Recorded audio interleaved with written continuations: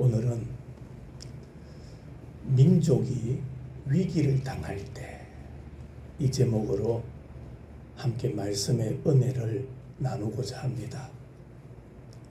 올해로 6.25가 발생한 지 74주년을 맞이하게 되었습니다. 그 참혹했던 전쟁의 그날을 우리는 절대 잊어서는 안 될 겁니다. 동족 상잔의 그 이유 없는 피 흘림, 그 참상의 날을 우리도 잊을 수는 없고요. 우리 자녀들에게도 늘 가르쳐야 됩니다. 그게 교육이고 교훈입니다. 그날을 우리가 어떻게 잊을 수가 있겠습니까? 현재 지구상에 유일한 분단국가로 남아있는 한반도가 하루빨리 통일되기를 원하는 것, 이것은 전 국민의 바람일 것입니다. 우리나라가 남과 북으로 나뉘어져 있는데 하루빨리 하나님의 은혜 가운데 자유통일이 될 수 있도록, 자유가 중요한 겁니다. 자유통일이 될 수 있도록 우리는 하나님의 도우심을 구해야 되고, 기도할 때마다 나라를 위하여 기도할 수 있는 모든 성도들이 되시기를 간절히 소망합니다. 우리나라뿐만이 아니에요. 모든 나라, 모든 민족마다 위기의 순간은 다 있습니다. 위기가 다 있어요. 중요한 게 뭐냐? 위기의 때에, 위기가 다가왔을 때에 그 위기를 어떻게 극복해 나가느냐, 어떻게 그 위기를 이기느냐 하는 것이 매우 중요합니다. 왜냐하면 위기는 곧 우리와 우리 민족에게 기회도 될 수 있기 때문입니다. 위기가 위기로서 끝나버리면 안타까운 일이죠. 그러나 위기가 곧 기회가 된다면 위기는 우리에게 은혜가 되고 복이 된다라는 것을 잊지 말아야 됩니다. 오늘 성경에 보면 유대민족에게 풍전등화의 위기가 닥쳐왔습니다. 풍전등화, 무슨 뜻입니까? 바람 앞에 촛불이라는 말입니다. 나라가 그만큼 위태롭다라는 말이지요. 애굽에는 유아 말살 정책이 있었다면 오늘 본문에는 유대 민족을 완전히 멸살해 버리겠다라는 정책이 있었다라는 말입니다. 유대인 말살 조서가 페르시아 제국의 방방곡곡 지역마다 이 조서가 전달되자 유대인들의 통곡 소리가 하늘을 찌르고 땅을 뒤흔들었습니다. 그때 유대인들이 어떻게 합니까?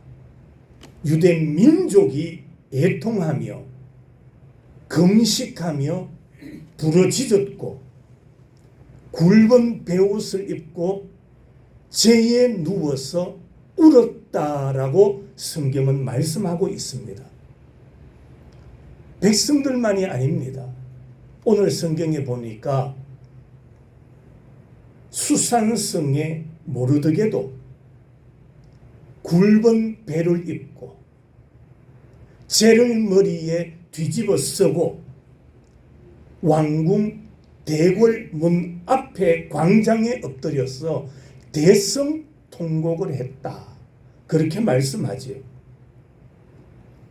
오늘 이 사건을 통해서 유대인들은 민족의 위기가 닥쳐왔을 때에 어떻게 이 위기를 극복했는가, 어떻게 이 환난의 때를 잘 이겨나갔는가, 그것을 살펴보면서 6.25 74주년을 앞두는 현재 우리나라도 조용한 것 같지만은 정치적으로 경제적으로 매우 혼란합니다. 매우 시끄럽습니다. 이런 위태로운 때에 우리는 어떻게 이 위기를 극복해 나가야 되는가? 어떻게 이 환란의 때를 이겨나갈 수 있을까? 오늘 이 말씀을 통해서 우리가 교훈을 받고자 합니다. 먼저 모르드게는 민족이 당했던 그 위기를 생각하면서 뭐 하느냐? 대성통곡을 합니다. 민족이 어려움을 당하고 위기를 당했을 때 모르드게는 가만히 있을 수가 없었습니다. 대성통곡, 부르짖었다, 바로 그 말씀입니다. 오늘 읽었던 1절 말씀을 다시 한번 보십시다.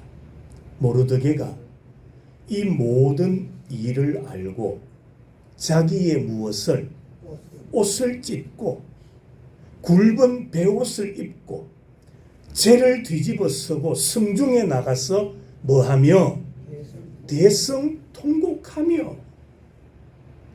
여러분, 모르드게는 민족의 위기 앞에 가만히 있을 수가 없었습니다. 민족이 어려움을 당했을 때 모른 척하고 있을 수가 없었습니다. 그때 모르드게는 어떻게 합니까? 이 환란의 부당성을 알려야만 했다라는 겁니다. 모르드게는 이 환란이 하만의 음모로부터 시작되었다라는 것을 알고 있었던 거예요. 그래서 그는 어떤 행동을 취합니까? 먼저 1절에 보니까 옷을 찢었다. 옷을 찢었다. 무슨 말입니까? 여러분, 기쁠 때 옷을 찢습니까? 행복한데 막 옷을 찢어요? 아닙니다. 옷을 찢는다라는 것은 슬픔을 의미하는 거예요. 자기에게 슬픔이 다가오고 우리 민족에게 아픔이 왔다라는 것을 표현하는 것이 바로 자기의 옷을 찢고 있는 겁니다. 옷만 찢었습니까? 그 다음에 뭐라고 말합니까? 굵은 베옷을 입었다. 굵은 베옷. 이것은 아무 때나 입는 게 아닙니다. 잔치 때나 입고 행복할 때 입는 그런 옷이 아니에요. 이 굵은 베옷은 거친 염소, 낙타 털 옷으로 짠 이 옷입니다. 거칠거칠해요. 편하게 입을 수 있는 옷이 아니라는 말입니다. 그리고 베옷은 대부분 검은색이었습니다. 슬픔에 암울함을 더하는 옷, 그것이 바로 굵은 베옷이었던 겁니다. 그뿐만이 아닙니다. 모르드게는 뭐를 뒤집었습니까? 재를 뒤집어 썼다. 우리 성도들은 재라는 말을 아시죠? 뭐가 재입니까? 불을 다 떼고 불이 꺼졌을 때에 남아있는 것이 바로 재입니다. 그 재를 왜 뒤집었습니까? 여러분, 사람이 한평생 살다가 죽으면 뭐로 돌아갑니까? 흙으로, 다르게 표현하면 죄로 돌아갑니다. 그러니까 죄를 뒤집어 썼다, 이 말은 무엇을 표현하는 거예요? 민족이 죽음의 위기를 당했다. 민족의 위기, 죽음의 위기를 당한 것은 바로 나의 죽음이기도 하다. 그것을 말하고 있는 거예요. 그래서 모르드게는 죄를 뒤집어 쓰고 있었던 겁니다. 고대 사람들은 불편한 옷을 입고 스스로를 괴롭게 하면서 슬픔을 표현했던 것입니다. 이렇게 모르드게가 슬퍼하고 애통하는 것은 자기가 하만에게 절하지 않아서 이런 일이 일어난 것에 대한 후회나 아쉬움이 아닙니다. 유대 민족이 당하게 된 억울하고 원통한 일 때문이었던 겁니다. 모르드게는 이렇게 슬퍼함으로써 하나님의 도우심을 기다리고 있었던 것입니다. 성도 여러분, 성도는 위기의 때에, 환난의 때에 따라합시다. 하나님의 도우심을 구해야 됩니다. 아멘 되십니까? 성도가 환난을 당했을 때에, 민족이 어려움을 당했을 때에 성도가 해야 될 일이 뭐냐? 하나님의 도우심을 구하라. 나라의 위기, 가정의 위기, 생활의 어려움이 다가왔을 때 성도가 취해야 될 자세가 뭡니까?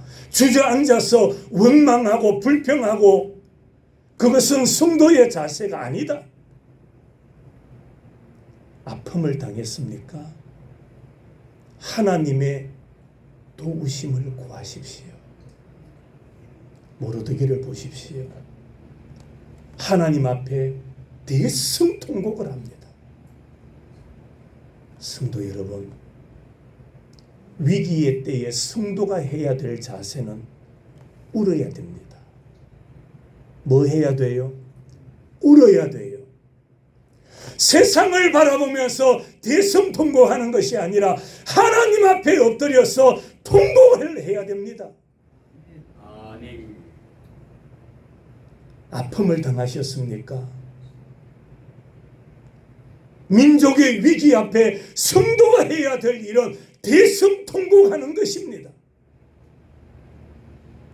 새벽마다 엎드려서 하나님 앞에 살려달라고 애통해야 됩니다. 정치가 어려움을 당했을 이때에 성도가 해야 될 자세가 뭡니까? 부르짖어야 됩니다. 부르짖어야 됩니다.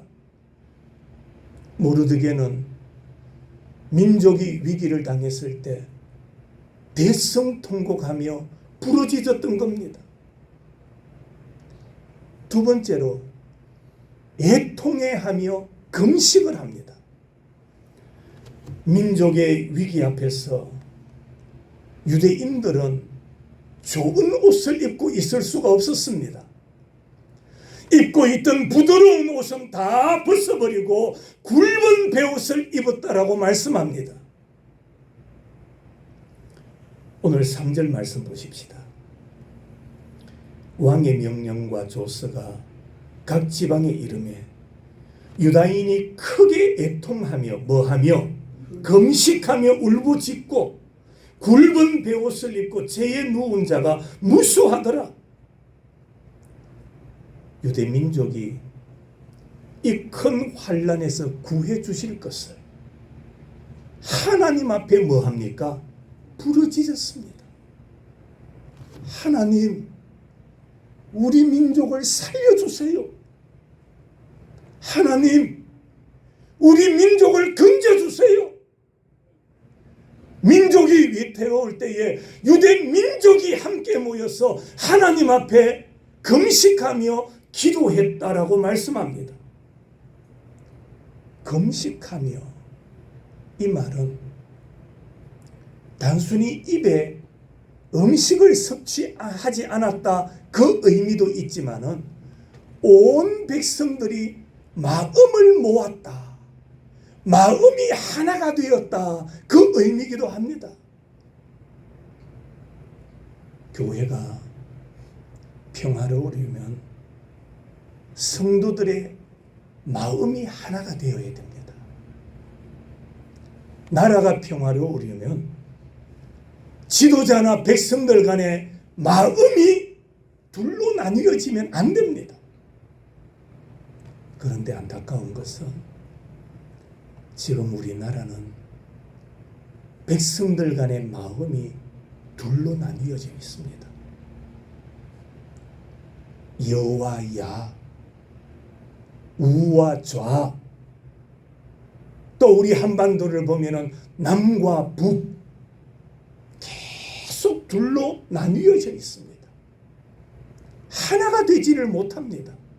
그러니까 날마다 나라가 분란이 있고 위태롭고 시끄러운 겁니다. 하루도 안정을 찾을 날이 없는 것이 오늘 우리나라의 정치의 모습이고, 이렇게 시끄러우니 경제가 회복되겠습니까? 세계적으로 경제가 어려운데 지도자와 백성들이 마음을 모아도 이 위기를 극복하기 어려운 이때에 백성들의 마음이 나뉘어지고 정치가 나뉘어지고 회복의 기미가 조금도 없다라는 말입니다. 그런데 유대인들은 어떻게 합니까? 그들은 마음을 모았습니다. 마음을 모아 금식하며 하나님 앞에 기도했습니다. 오늘날로 말하면 나라가 위태로울 때 성도 여러분, 우리 금식하며 기도합시다. 그러면 성도들 안에서 부정적인 요소가 막 나와요. 목사님, 나는 혈압이 높아요. 나는 당뇨가 있어요. 나는 수술 받았어요.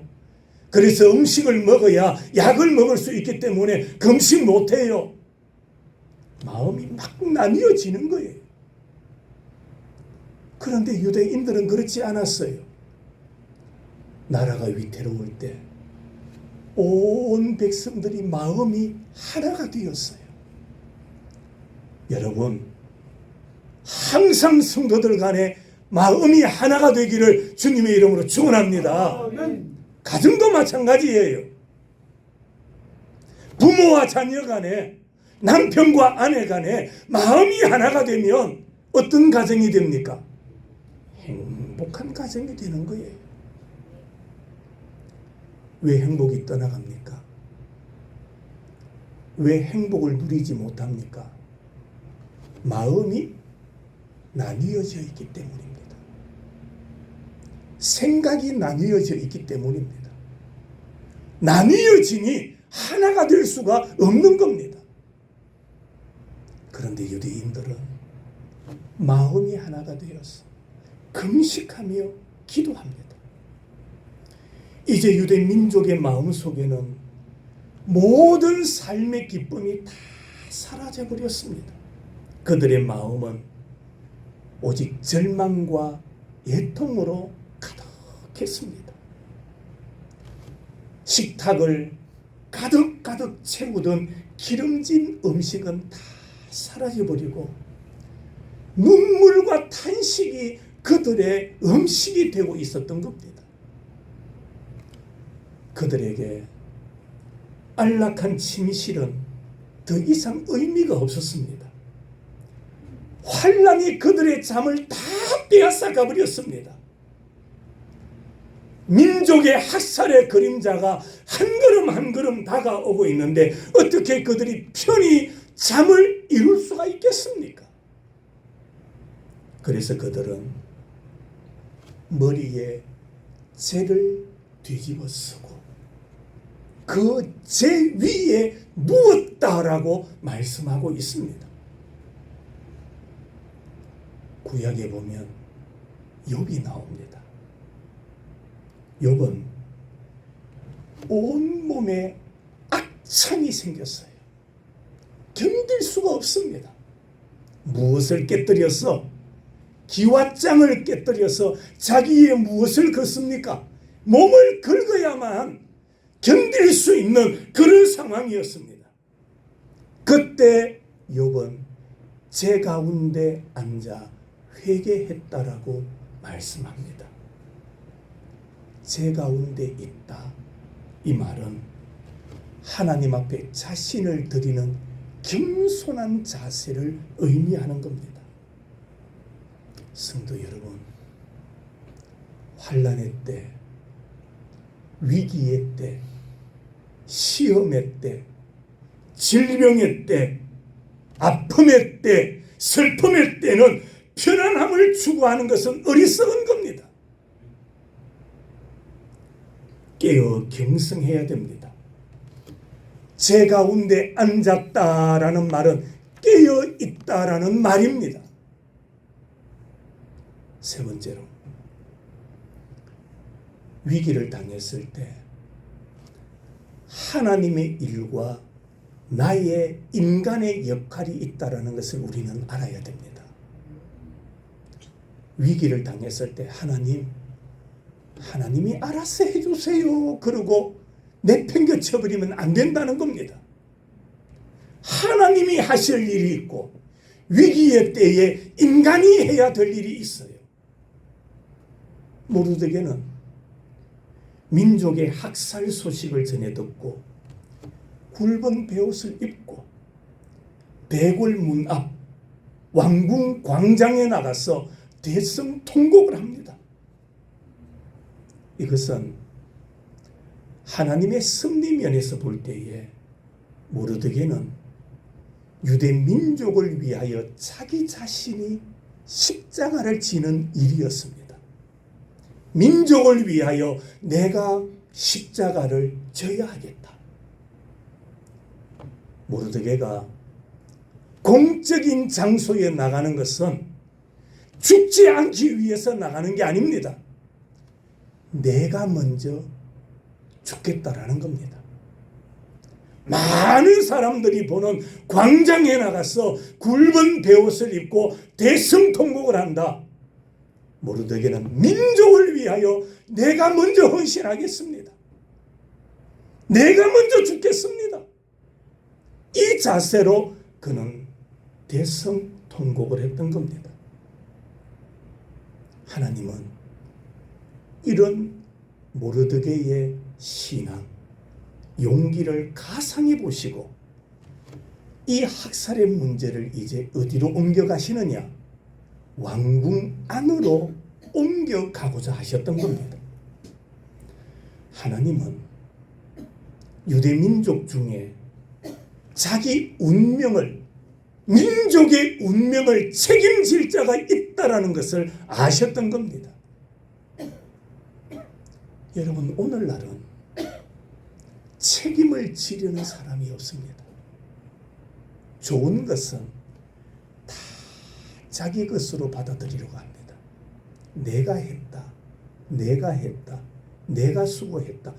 영광은 자기가 받으려고 하는데 아픔은, 고난은 앞장서서 감당하려는 사람이 없는 그런 시대가 되어버렸습니다. 구약에 보면 하나님의 명령에 순종해서 모리아 산으로 갔던 아브라함, 그곳에서 제단을 쌓아 누구를 제물로 바칩니까? 아들 이삭을 제물로 바치려 했던 아브라함, 하나님은 그곳에서 아브라함의 어깨에 지워진 짐을 다 내려주셨던 것처럼 하나님은 모르드게의 어깨에서 이 크고 큰 시험의 짐을 벗겨주시는 하나님이셨습니다. 에스더가 이제 하만의 학살 계획을 알게 됩니다. 그 내용이 오늘 읽었던 4절과 5절의 내용이죠.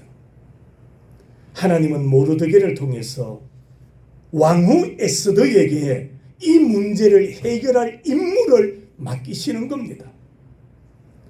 왕후의 이 임무가 뭡니까? 이 문제를 왕 앞에 가지고 가는 겁니다. 왕 앞에 가져가야만 민족이 죽지 않을 수 있거든요. 그런데 당시에 왕후라 할지라도 자기 마음대로 왕 앞에 나아갈 수가 없었습니다. 누가 불러야만, 왕이 왕후를 불러야만 왕후도 왕 앞에 나아갈 수 있는 그런 때였습니다. 그럼에도 불구하고 이 에스더는 유명한 말씀이 있지 않습니까? 죽으면 죽으리라. 이 각오로 왕 앞에 나갑니다.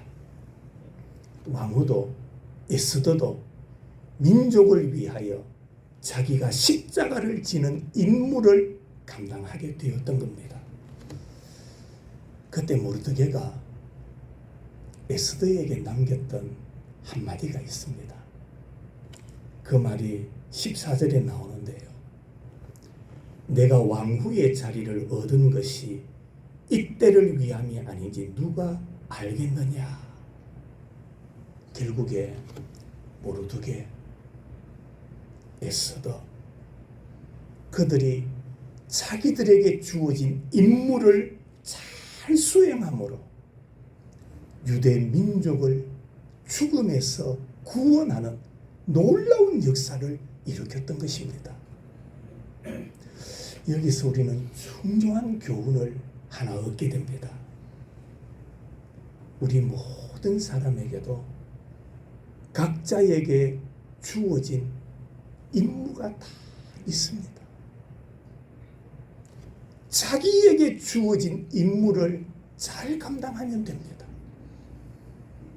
그런데 오늘날 많은 사람들이 자기에게 맡겨진 임무는 돌아보지 아니하고 다른 사람을 간섭합니다. 다른 사람을 쉽게 평가해버립니다. 성도 여러분, 남의 일 간섭하지 마십시오. 남의 것 간섭하지 마세요.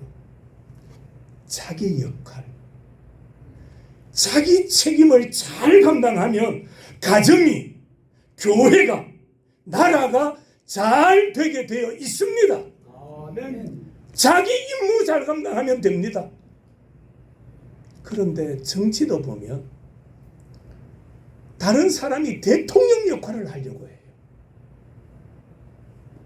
자식이 부모 역할을 하려 하면 안 됩니다. 자기 임무가 있어요. 자기 역할이 있어요. 목사는 목사로서 해야 될 일이 있어요. 장로는 장로로서, 권사는 권사로서 자기 역할이 있어요. 아까 장로님 기도하셨던 것처럼 자기에게 맡겨진 일을 잘 감당해야 하나님 앞에 뭘 받습니까? 칭찬을 받아요. 우리 모두는 나그네 인생길 살다가 나그네 여행길 다 살고 나면 내 본향 어디로 갑니까? 집으로 갑니다. 하나님 앞에 선다라는 말입니다. 성도 여러분, 우리가 큰 역사를 이루는 것도 중요하겠지만은 자그마한 일에서부터 나에게 맡겨진 임무를 잘 감당하십시오. 그래야 나도 잘 되고 공동체도 복을 받게 되는 것입니다. 말씀을 마칩니다. 페르시아에 있는 유대 민족이 큰 위기를 당했습니다. 그 위기가 뭡니까? 민족이 말살당할 위기였습니다. 그때 모르드게는 모든 민족과 함께 뭘 합니까? 금식, 기도를 합니다. 어려움을 당하고 아픔을 당하고 위기를 당하고 힘든 일이 다가왔을 때 우리가 해야 될 일은 모르드게와 같이 하나님 앞에 기도하는 것입니다. 우리의 삶에도 위기가 있습니다. 나라도 위기가 있습니다. 위기에 처했을 때에 우리가 해야 될 일이 뭡니까? 하나님의 도우심을 구하는 겁니다. 한번 따라 하십시다. 하나님 도와주세요. 도와주세요. 크게 한번 따라합니다. 하나님, 하나님 살려주세요. 살려주세요. 우리가 해야 될 기도입니다. 아이고, 나라가 망하겠다. 나라가 이래서 어떡하겠노? 그런 생각이 드시거든 하나님 앞에 기도하십시오. 아멘. 우리 나라를 회복시켜 달라고, 우리 민족을 살려달라고 하나님 앞에 기도하십시오. 하나님은 모르드게의 기도를 보시고 유대 민족의 기도를 보시고 그 민족을 회복시켜 주시고 살려주셨습니다. 오늘 우리도 내가 살고 가정이 살고 민족이 사는 길은 하나님 앞에 부르짖는 겁니다. 하나님 앞에 뭐 하는 것이라고요? 부르짖는 겁니다. 몇 사람이 안 모여도 괜찮습니다. 혼자서 기도하셔도 괜찮습니다. 한 사람이 그 한 사람을 통하여 모르드게를 통하여 유대 민족을 살려주셨던 하나님, 여러분이 빈 예배당에 올라오셔서 혼자 시작하는 그 기도로 말미암아 가정을 회복시켜 주시고 교회를 살려주시고 나라를 살려주실 줄로 믿습니다. 하나님의 은혜를 구하며 우리 성도 한 사람 한 사람을 통하여 우리 나라가 다시 한 번 더 회복의 은혜를 누릴 수 있는 복된 대한민국이 되고 나라를 위하여 끊임없이 내가 먼저 하나님 앞에 기도하고 내가 먼저 통곡함으로 말미암아 하나님 앞에 아름답고 귀하게 쓰임 받을 수 있는 모든 성도들이 되시기를 주님의 이름으로 축원합니다. 기도하겠습니다.